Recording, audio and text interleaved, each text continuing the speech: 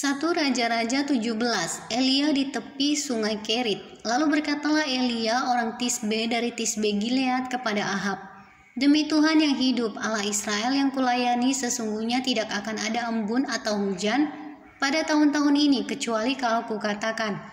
Kemudian datanglah firman Tuhan kepadanya, "Pergilah dari sini, berjalanlah ke timur dan bersembunyilah di tepi sungai Kerit di sebelah timur sungai Yordan. Engkau dapat minum dari sungai itu, dan burung-burung gagak telah kuperintahkan untuk memberi makan engkau di sana." Lalu ia pergi dan ia melakukan seperti firman Tuhan. Ia pergi dan diam di tepi sungai Kerit di sebelah timur sungai Yordan. Pada waktu pagi dan petang burung-burung gagak membawa roti dan daging kepadanya, dan ia minum dari sungai itu. Elia dan janda di Sarfat. Tetapi sesudah beberapa waktu sungai itu menjadi kering, sebab hujan tiada turun di negeri itu. Maka datanglah firman Tuhan kepada Elia, "Bersiaplah, pergi ke Sarfat yang termasuk wilayah Sidon, dan diamlah di sana. Ketahuilah, aku telah memerintahkan seorang janda untuk memberi engkau makan." Sesudah itu ia bersiap, lalu pergi ke Sarfat. Setelah ia sampai ke pintu gerbang kota itu, tampaklah di sana seorang janda sedang mengumpulkan kayu api.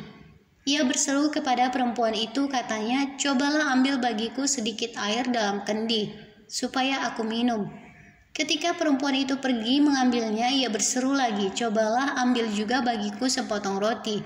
Perempuan itu menjawab, "Demi Tuhan Allahmu yang hidup, sesungguhnya tidak ada roti padaku sedikit pun, kecuali segenggam tepung dalam tempayan dan sedikit minyak dalam buli-buli.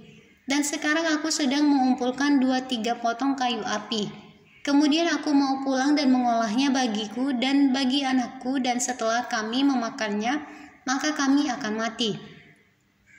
Tetapi Elia berkata kepadanya, "Janganlah takut, pulanglah. Buatlah seperti yang kau katakan, tetapi buatlah lebih dahulu bagiku sepotong roti bundar kecil daripadanya dan bawalah kepadaku. Kemudian barulah kau buat bagimu dan bagi anakmu.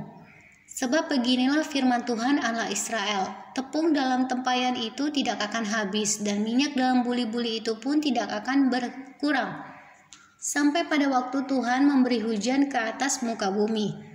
Lalu pergilah perempuan itu dan berbuat seperti yang dikatakan Elia. Maka perempuan itu dan dia serta anak perempuan itu mendapat makan beberapa waktu lamanya.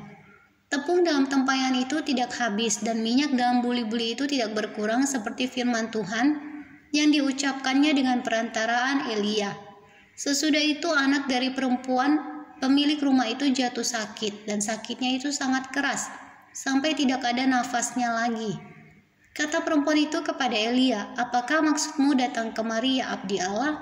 Singgahkah engkau kepadaku untuk mengingatkan kesalahanku dan untuk menyebabkan anakku mati?"